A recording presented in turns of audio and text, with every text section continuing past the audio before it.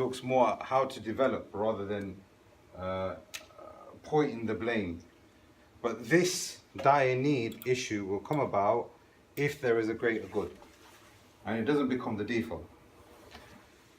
Let's look at some examples of how the Salaf concealed and aided their brothers. Khalil ibn Ahmad was walking with a companion of his. So now he's the son of the famous Imam. And his friend and he himself are walking. His friend's shoe broke. The lace on his shoe broke. So he carried his shoes and walked barefooted. Who did that? Khalil. So now they're both walking barefooted. Sorry, his friend took his shoes off. So then Khalid did the same thing. So now they're both walking barefooted. So his companion asked him, why are you doing that?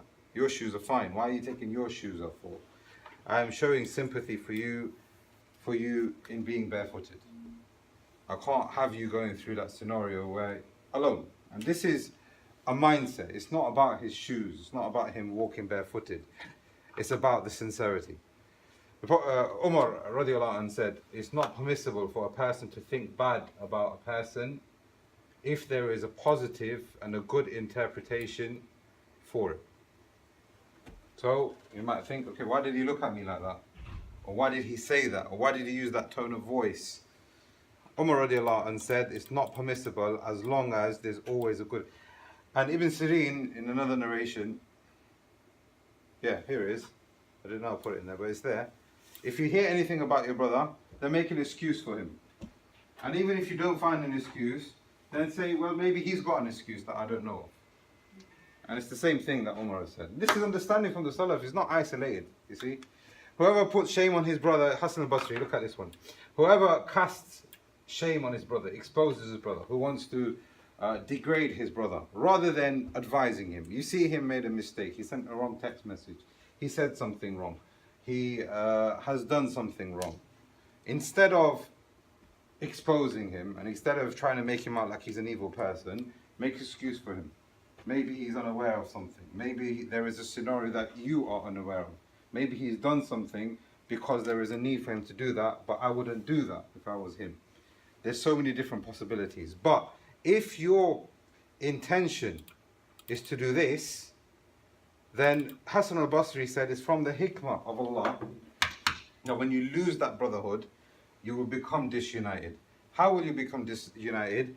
That Allah Jalla wa Ala will make it that this person will fall into that same fitna that this person was casting blame on other people for. And this is from the hikmah of Allah. Ibn Sirin have taken that statement there. The believer conceals and advises, whereas the sinner exposes and shames. This is a motto. This is sincerity. This is brotherhood. This is unity. This is iman. This is ikhlas. This is so many different things that you can find in this statement, all there from Fudayl ibn Iyad. The believer, his mindset is, how can I support, how can I make Allah's religion become upright? How can I make more people become good with each other people for the sake of Allah and His Jannah? Whereas the sinner, he is just here really. He might come across like he's got ikhlas and he wants to do good, and he's only exposing somebody else because he wants you to be safe. Brother, don't listen to that person, or brother, or stay away from that person, or whatever. For the sake, and usually this happens just for the sake of the dunya. Had it been for the sake of the akhirah, then you would be able to see that in that person's manners. You'd be able to see that, even in the extent that he is speaking. Because even then, the ulama have said that you don't go into great detail. You don't spend hours and hours and hours doing ghibah of your brother or your sister. Oh yeah, and they did this as well, and they did that as well, and they've done all of this, and I've got a long history, and I can pull out all these files and all that.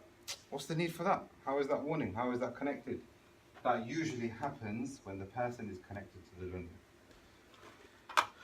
Whenever a man would see something from his brother that he would dislike, he would give him orders in private and forbid him in private. And this is very, very important. If you do see something that disturbs you from your brother, take him aside, because this is sincerity. And this is an act of worship that you want to conceal for yourself also. Why would you want to advise people and say, look how pious I am, and look how knowledgeable I am, and look how better I am than this person, look how much more successful I am than that person. Conversely, he would be rewarded for looking at this now. 2 rewards. you'll be rewarded for screening him, and you'll be rewarded for advising him. Take him aside, bring him up when there's nobody else around. Take him out for a meal even. As for today, Ibn Mubarak is saying, as for today, whenever a man sees what he dislikes, he angers his brother and unveils his screen. Ibn Mubarak, rahimahullah. Imam Nawawi, he uses this ayah, إِنَّ الَّذِينَ يُحِبُّونَ أَن تُشِيعَ الْفَاحِشَةَ فِي الَّذِينَ آمَنُوا. Those people who want discord, those people who want rumors and bad press and propaganda and publicity to spread. فِي الَّذِينَ آمَنُوا. Those people who believe, what happens to them? This is a sign of nifaq. Those people have a torment in the dunya and the akhirah, because it's not part of the ikhlas that we're talking about. Imam Qurtubi in Tafsir this ayah, anything that harms his believer, it could be as little as a word, is haram. If your intention is to harm another person, then this is a very dangerous situation. There are many different hadith that Imam Nawawi brings. Prophet ﷺ said, Allah will cover up on the day of judgment the defects of a person who covers up the defects and the faults of somebody else. How could it be now? For example, you think you've got away with it in the dunya. On Yawm al-Qiyamah, when all of mankind are there, Allah can easily expose you in front of every single person. Every one of my followers will be forgiven except those who expose the wrongdoings of other people openly. An example of that is a man who commits a sin by night and Allah has covered him until the morning, but then he himself comes out in the morning and he said, last night I did X, Y and Z. Allah's covered you, and you go and yourself expose yourself on Twitter, Facebook, social media, openly. While Allah had made it a secret, Allah had concealed you, but you exposed yourself. During the night, Allah has covered him up, but in the morning he tears up that cover that Allah has provided for himself. Imam al-Nawawi, he said that because people indulge in gossiping and may accuse one another which has no basis, seeking out suspected faults may lead to the very faults that he wants to remove. So basically here what we're saying here is that Allah himself Jalla wa Ala, and the whole Sharia is geared up at trying to conceal and reduce sins from being exposed into society as much as possible.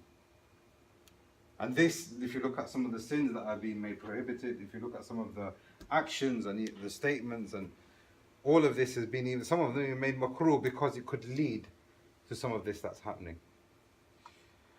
Hadith 242, when a slave girl, okay, so this is about a hadith, and we'll see Ibn Rajab here quoting it again, that it actually happened in the time of the Prophet ﷺ that there was a servant, there's been a slave girl here, but it's a servant, I mean she used to work for someone, and she ended up fornicating. She got punished, and she did it again, and it continues. And the Prophet ﷺ said, if you see no good in her, then just sell her. Don't go around exposing her.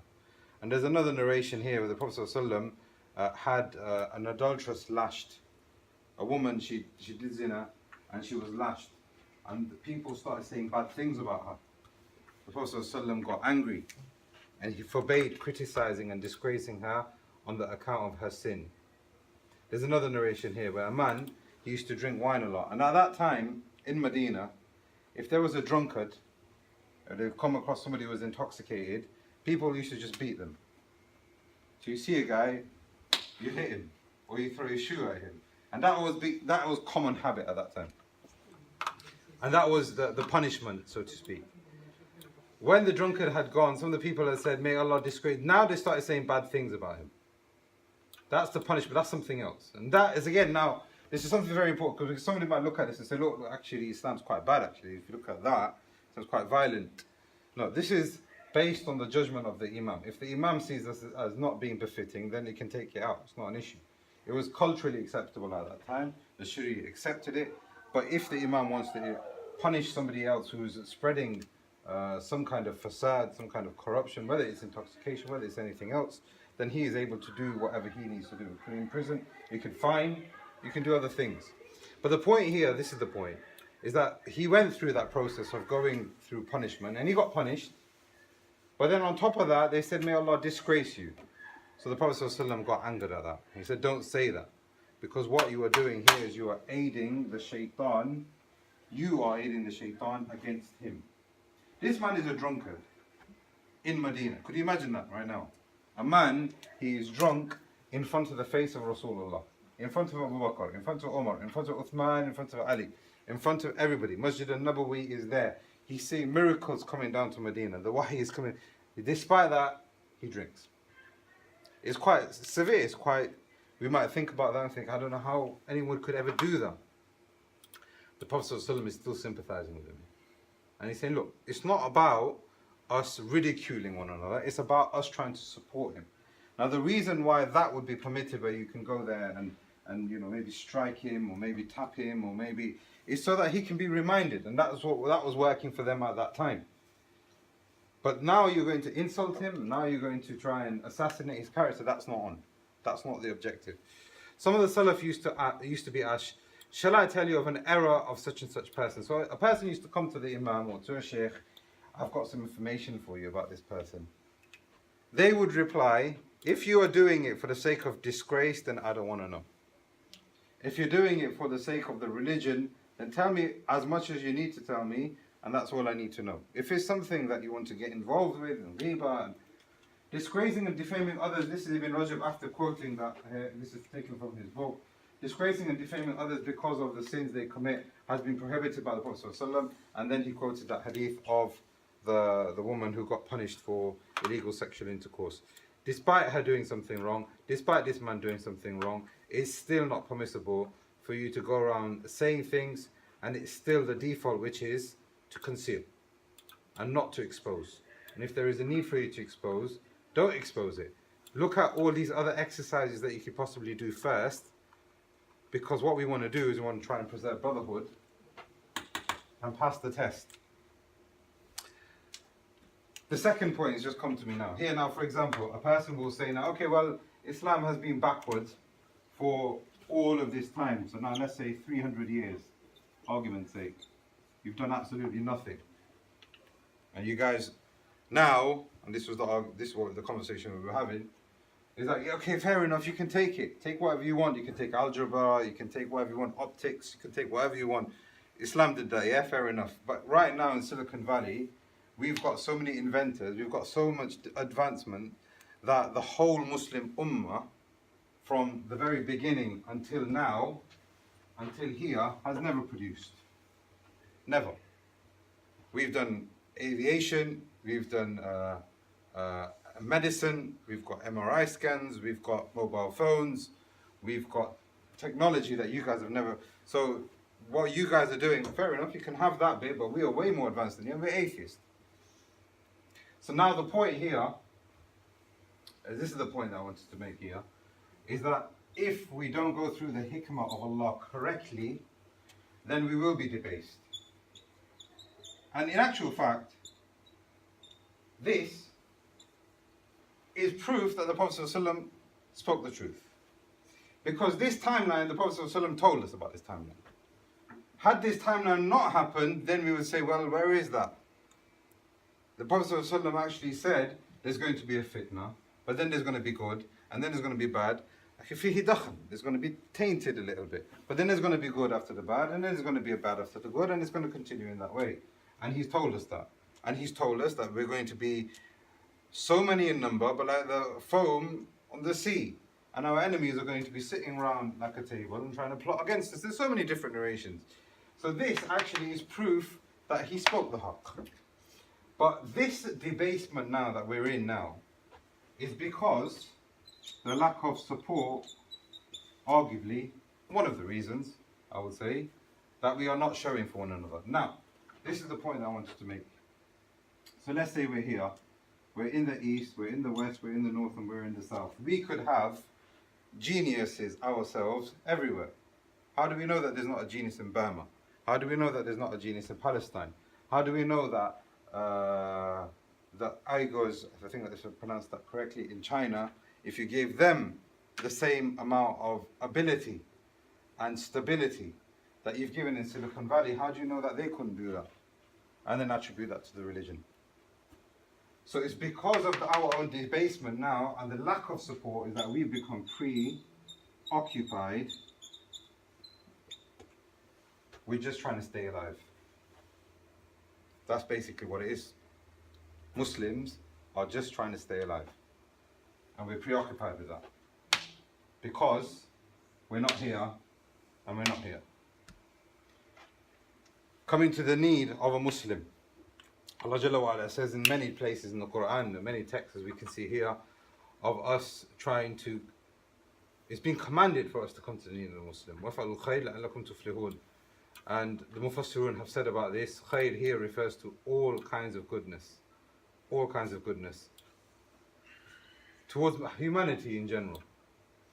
Hadith 244, a Muslim is the brother of a Muslim. I think we've taken this before.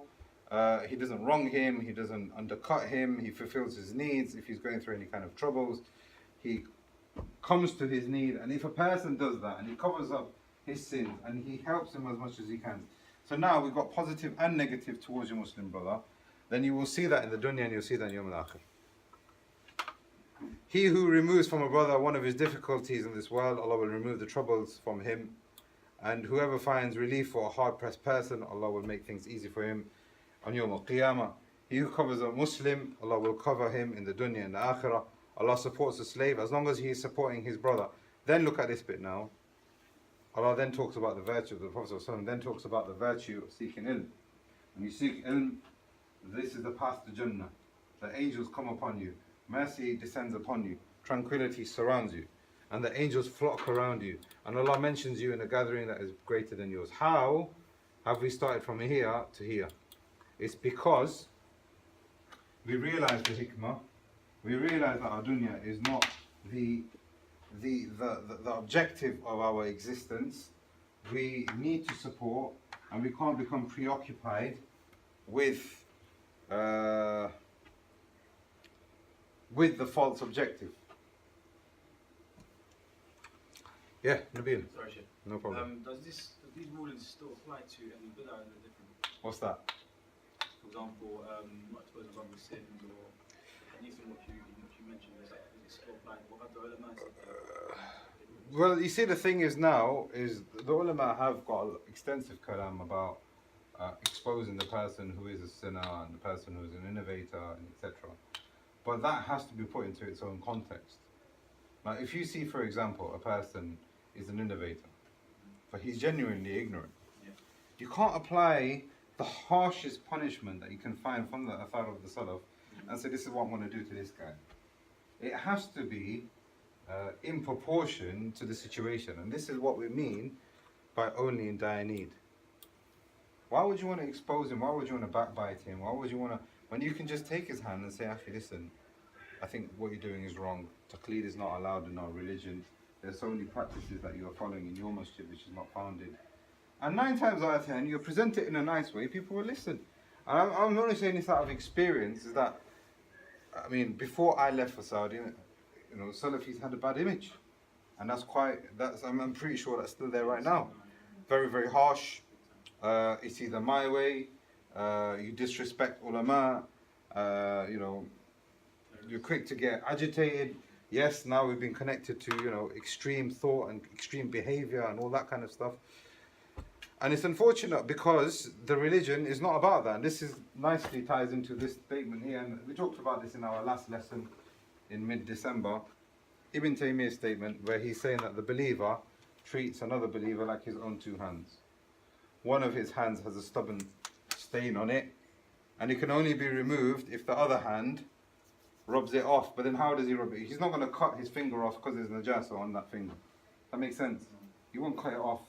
You proportionate the amount of soap and water and the gentleness and the rubbing and all of that according to its need. However, so for example, if it needs rigor and robustness, then you would apply that rigor and robustness because you want to remove the najasa, not because you want to put your right hand in force over your left hand. What you're trying to do is to remove the najasa.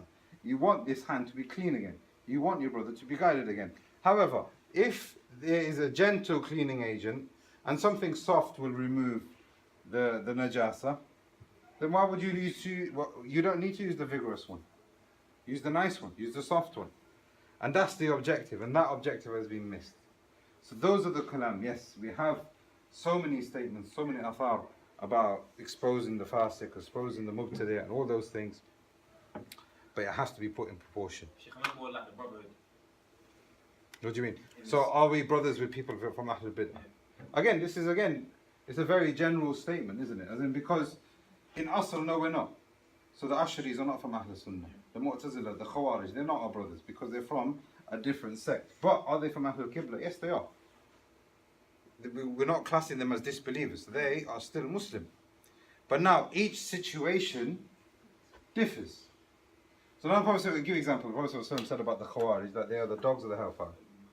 Right. So now, if a Khariji comes in, he's going to say, you're a dog from the hellfire. Can you apply that? The ulama are clearly, and I think we've taken this before, I can't remember if it's in this dars or if another one. But Ibn Taymiyyah rahimahullah said that the Prophet's statements are looked at in a sense of mutlaq, but there is no takhsis. So now, for example, a Khariji who belongs to the Khariji sect, he belongs to that group of the people who are going to be the dogs of the hellfire. But you can't apply that to him as an individual. It's a general statement. It's a general statement that can't be applied to. He's got the characteristics of these people, and those characteristics might be quite up, or it might be quite low, or it might be quite medium. But what you need to do is apply the right hand, left hand. And what your objective is now with the intention and the ikhlas is for him to be guided again. Now, if you need to expose, you would expose. Yes, you have to. But what's the reason? What's the reason? Why would you say, I seen right do something? Okay, I seen right do something. Why would I speak to you about right? What's the reason? To expose him. No, we want to guide right. We want to guide right. That's the reason. So I'll come to you and say, listen, I seen something from it. Akramkullah. This is just by example. I see only good from him, barakallah fiqh. But I'm just saying, yeah. No, because even as an example, you never know. So Allah protect us all and keep us firm. But my point here is, if I see something bad in a brother, I will approach you and say, listen, Akhi, we need to do something about it because there's a musibah on our heads. Literally, this is a musibah on our heads. We need to sort this out. Because, Akhi, you got a brother and sister in your own house. If you see a minor fault in them, that disturbs you, right? Yeah? He's watching something that he shouldn't be watching. He's flicking the channel and these adverts are coming on. That's disturbing me, and I feel disturbed because of him. It's not being good for him. Why would you do that? Because that's your brother. How is it any different now? Now, would you go out on social media and say, my brother is flicking the channel at 9 o'clock at night? It's not, you wouldn't do that because you got ikhlas towards your brother. It's the exact same scenario. Now, if your brother doesn't listen, let me go speak to dad. Let me go expose a part of what he's doing. Maybe not expose everything, but let's just get him to stop flicking. That's what we want to do. You get the point now? Yeah. Intercession. Allah says in the Quran, if you intercede for another person and it's a good intercession, then you will have a reward for that intercession. Let me ask you a question now. Can you intercede on behalf of some... What does it mean by intercession? What do we mean by that? Shafa'a in the dunya and shafa'a in the akhirah. We're talking about the dunya sense. Shafa'a here, we're talking about trying to bring about this kind of thing here, where we're talking about verbal support. And this could be anything. This could be a reference, this could be a good statement, this could be, trying to cooperate with one another, all of these things. Now, if, for example, Ra'id says to me, let's do something with Nabi, let's try and create a seminar, let's have a store, let's do something like that. And I say to him, I don't know, do you think it's going to be feasible? Do you think he's the right person to do it? Then he says Nabil is the best person in Loughborough. And he's got a good platform here, etc. That is a good intercession. And now, Ra'id's statement, that statement, we will go out and do something together. Hundreds of people will come. Maybe tens of people will become Muslim. Who will get the reward for that? Right. And I remember, I'm sure I've said this before, I remember I was in Medina once and listening to the Sheikh. He said one sentence changed the life of millions of people. King Fahd was in the Rawdah with Zia, the military leader of Pakistan at that time. King Fahd had opened up a printing complex of printing these green masahif that we have here today. Millions from east, west, everywhere. People become huffaz, people are reciting every single day, people are making tafsir from it, people are translating it because of King Fahd. Zia said, our people, the Pakistanis and the Indians, etc., Bangladesh, we can't read your Arabic. Our Arabic is a bit different. It's a bit more Farsi, the letters. If only if you had something like that. What did he do? He goes, we're going to make a version for you guys. One sentence, look at what's happened. A conversation between two people in privacy, look at what's happened. The point here now is, we're talking about good words, we're talking about, again, supporting. Again, we're talking about not exposing, we're talking about rectification. We're coming to a need of a Muslim. How would you do that? You can do that verbally. But then, my question to you now, this is the pause bit here. How can a person intercede for somebody else when he himself has not reached that level of sincerity himself? And how can he intercede for somebody else when that person doesn't deserve it? There is an intrinsic problem in this ummah, and we're back here at the board. We're back here at this decline from the hikmah of Allah. So we need to sort it out. We need to sort it out with having tawheed in Allah firstly, and checking our sincerity and checking our love for our religion. Because the more you have love for your religion, then you would love that this brother is a Muslim and this brother is a Muslim. And you would have respect for that. And you would take that further. 246, Abu Musa al-Ashari, who narrated the Prophet ﷺ said, whenever a needy person would come to the Prophet ﷺ, he would turn to those who were present.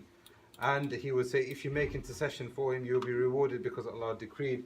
And he likes this by the tongue of the Messenger. So if a person comes, the Prophet ﷺ can't help him, he would turn around and say, look, somebody help this guy. Give him a good word.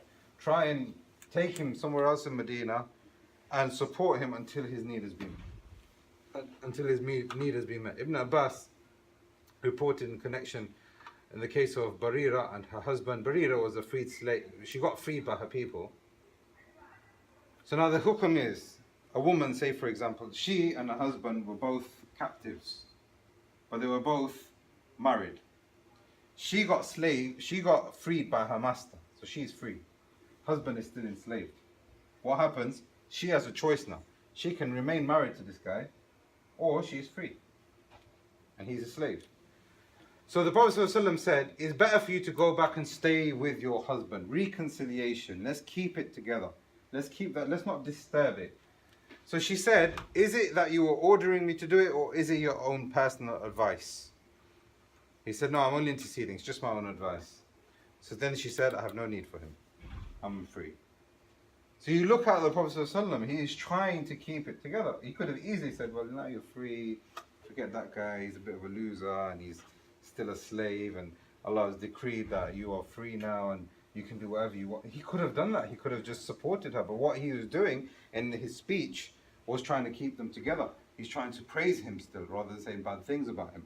And he's trying to keep them and trying to keep her mentality as well. Manawi again, kindness in speech ensures that the bond will last longer. And what that does is it makes the love stronger. If we are kind, we will have a stronger bond. Once our bond is stronger, then the love will grow. But what's happening? And it increase and it will multiply. It will grow and it will increase and will multiply. And then what will happen is actually, let's go here then. Is actually, you will see growth. People, thus the Muslims will be united, and the troubles and the grudges that will attack them, Uhud, Khandaq, etc., will be dispelled. And this is one of the good features of Islam. This is Islam.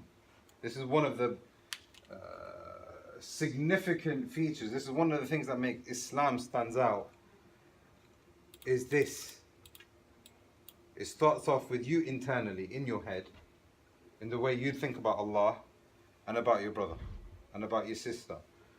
Then that translates into your speech, and then that translates into your bond. And this is what Islam is teaching us. if you look at every other religion, arguably it's talking about that. And how do we know that? The name itself teaches us that it's about the dunya. The name itself. So either you have a religion which is named after a person, or you have a name which is or a religion that's named after a tribe, or a religion that's named after a geographical location. Islam means to submit to Allah with sincerity in your speech, in your actions, in your thoughts. And then what happens is when you've got that, you would have that bond with your brother. That he is somebody who is doing the same thing. He's submitting to his Lord. This is a distinct feature of Islam. It doesn't connect you to the dunya, but as other religions does. Reconciliation between people, I think this is the last chapter. If there is an issue now, we've talked about interceding, we've talked about helping, we've talked about all these things, but it's inevitable that issues are going to arise. It happened. Companions got killed. It happened. But what Allah is telling us here, and what the Prophet ﷺ has told us over and over again, seek rectification. وَالصُّلْحُ خَيْرٌ فَاتَّقُوا اللَّهَ وَأَصْلِحُوا ذَاتَ بَيْنِكُمْ. إِنَّمَا الْمُؤْمِنُونَ إِخْوَةٌ, and this comes in the context of basically what happened here. Thousands of people got involved, people got displaced, people got driven out of Medina, people got driven out of Iraq. The Prophet ﷺ's grandchildren got killed because of this fitna. The Prophet ﷺ told us in the hadith, well-known hadith, that every single day our joints are commanded, and we've got 360 not bones, let's say joints. I can't remember the exact word that I'm looking for, but you've got 360. It says joint there. Let's call it joint. And every single joint in your body is commanded to give shukr for that day. Yeah. So you've got an eye. You've got all these different things. You've got your hearing. How can you give shukr for that day? So the Prophet ﷺ has told us that there's so many things that you can do to do that. And one of the things is to assist your brother. Do justice between two people. Assist him if he's having any kind of difficulty. A good word even. And salah, and we know that if we pray 2 raka'at, then all of that will be comprised in that 2 raka'at of duha. To conclude that point here, creating, Ibn Rajab again from that book, creating harmony and unity between Muslims creates rectification for the whole community without neglecting anyone, because we're thinking about every single person here. We're thinking about every single person. Man, woman, child, elderly, we're thinking about every single person, because what we want to do is we're talking about support, we're talking about sincerity. Positivity when interacting and dealing with others is from the greatest favors that a person can be blessed with. Not everybody has that. Not everybody can meet another person and genuinely smile when they meet that person, or genuinely speak something good when they meet that. Not only this exalted characteristic creates a solution for the disagreements and disputes that exist between the Muslims. So this becomes your default. But because of your akhlaq, and because of your ikhlas, and because of your Islam, if there is a disagreement, because your taqwa is strong, and the other person's taqwa is strong, there will be a solution. So unification, and this will create unification. So unification of Muslim is conditional for this. Not only is it something very beneficial in its very essence, but it can be used to rid the Muslim community of anything that contravenes it. And once all negativities are uprooted, only positive outcomes remain. Reconciliation, helping your brother. And this is, again, this is where we are, isn't it, really? Allah aid us. 249, the person, look, Islam even permits lying for the sake of reconciliation, for the sake of brotherhood, for the sake of ikhlas. And what we learn from this is that lying is originally a sin, and it's permitted if there's going to be harmony that's going to be caused about. Moreover, it is not only permitted, rather one is rewarded for the pursuit of unity. So you're rewarded extra with that intention. Nabil. Sheikh, I never understood the hadith. I mean, I understand it literally, but how would you be able to put that into practice? Just, can you give me What, lying? Yeah, in that context then. The person who lies in order to conciliate between people, conciliate between people is not a liar when he conveys good or something. So for example, if there's a disagreement between two people, you get in between and kind of mediate without them knowing. So you say, okay, well, he wants to get back with you, and he's very sorry about what he's done, and you say the same thing about the other person, even though it's not true. This is just an example, but there's many different. But here, lying, we're talking about general. We're talking about how you can bring unity and how you can create harmony, as we can see in the statement here, in any way. Hadith of Aisha reported that the Prophet ﷺ heard voices of altercation of two disputants at the door. So they were arguing, and the argument was quite loud. And one of them was saying, one person owed some money to another person. So the person that lent him the money said, I want my money right now. So the other person was saying, I don't have the money to give you, just give me a little more time. And then that person says, by Allah, I don't want to give you any more time. I want my money right now. So the Prophet ﷺ heard that, and he said, who is the person who swore by Allah that he's not going to do that act of goodness? So then the man said, it was me. So then the Prophet ﷺ said, do what you want. Now he may do as he desires. What does that mean? It means that if you don't have that level of love and lenience and sincerity towards your brother, and you swear by Allah that you don't have it, then you have lost all decency. You can do whatever you want. And we find that in many different texts and ayat in the Quran. Sahal ibn Sa'd al-Sa'idi reported that there was a quarrel between two people,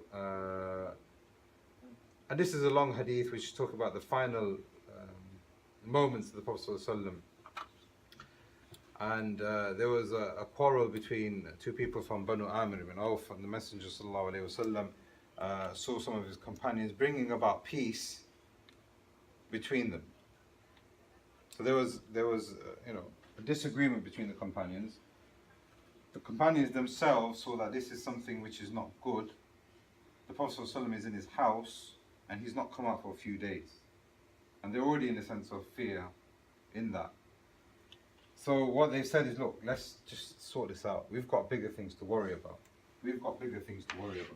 Let's just sort this out. This is just so minor, so trivial. Let's sort this out. The time came for prayer, and Abu Bakr led in prayer, and we all know that the Prophet ﷺ came out, he opened his curtain, he smiled, and he saw the Muslims being united. And then he thought he was okay enough, so he used two of his companions, and he went to the front and he led the people in prayer. Abu Bakr stepped back, and the Prophet ﷺ led in prayer. Where is the proof? What is the point behind all of this? Ibn Hajar said one of the last things the Prophet ﷺ saw is that the Muslims were establishing prayer and that there was unity between the companions. They sorted it out. And this is what made him smile. And this is one of the last times that he saw his companions. And this is one of the last actions and interactions that he had with his companions. That smile, alayhi salam. So ask Allah to make it beneficial for us all and give us the tawfiq to act upon it, and give us the sincerity in our hearts and in our actions, and that Allah changes this timeline and makes us improve ourselves and give us honor and give us the ability to please Him in the dunya and the akhirah. هذا والله أعلم صلى الله على نبينا محمد وعلى آله وصحبه أجمعين. Have you got any questions?